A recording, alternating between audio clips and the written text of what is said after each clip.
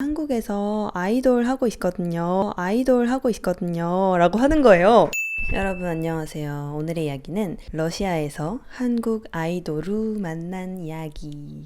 이 얘기를 하기에 앞서서 제 채널은 원래 저 혼자 시작을 한 채널이었는데 어쩌다 보니까 러시아에 가게 되면서 러시아 브이로그를 찍을 건데 러시아인이 나오면 더 재밌지 않을까 해서 제 남자친구가 출연을 하게 됐고, 그게 좀 인기를 얻으면서 채널이 좀 여러분들한테 알려지게 됐어요. 그래서 그런지 러시아 여행을 가시는 분들이 러시아 브이로그를 많이 보셨더라고요. 그래서 바야흐로 2019년 저는 다시 러시아로 두 번째 여행을 가게 돼요. 며칠 동안 잘 놀고 먹고 하다가 거의 마지막쯤에 현금이 좀 부족한 거예요. 그래서 우리 돈을 뽑아야겠다, ATM에 가자 해서 보바랑 같이 ATM이 있는 곳으로 갔어요. 보바가 ATM기에서 돈을 뽑고 있고 저는 뒤에서 가만히 기다리고 있었죠. 관광객이 있는 거리가 아니었고 그냥 조용한 거리였는데 ATM만 띡 있는 곳이었거든요. 그런데 갑자기 뒤에서 누가 "저기요" 이러는 거예요, 러시아에서. 근데 한국 관광객분들이 굉장히 많으니까 저는 그냥 딱 뒤를 돌았는데 굉장히 뭔가 아름다우신 제 또래 여성분이 서 계셨어요. 이렇게 공손한 자세로 저한테 "혹시 유튜브" 이렇게 말씀을 하시는 거예요.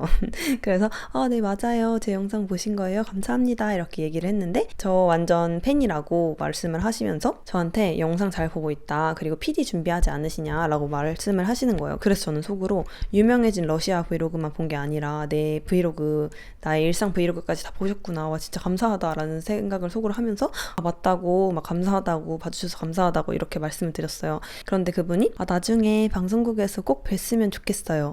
그래서 저는 제 또래로 보였기 때문에 방송국에서 일을 하시거나 아니면 방송국 준비를 하시는 분인 줄 알고 혹시 어떤 쪽으로 일하고 계신지 여쭤봐도 될까요? 이렇게 물어봤어요. 근데 그분이 저는 한국에서 아이돌 하고 있거든요 라고 하는 거예요. 제가 거기서 진짜 팔짝 뛰면서 "에?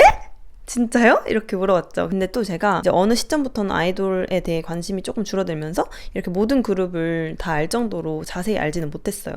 그래서 그분께 지금 실례지만 어떤 그룹인지 여쭤봐도 될까요? 라고 말씀드렸는데 땡땡 그룹이에요 라고 하는 거예요. 근데 저는 그 그룹을 알고 있거든요. 그 그룹이 여러분도 이름을 들으면 다 알만한 그런 그룹이에요. 그리고 지금은 그때보다 더 많이 유명해지신 것 같아요.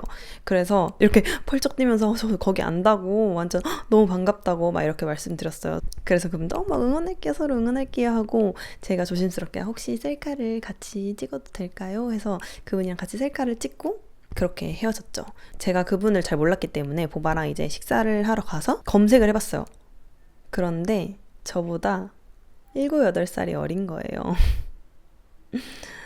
너무 어른스럽고, 저는 당연히 20대 초중반 정도는 되실 줄 알았는데 정말 어리시더라고요.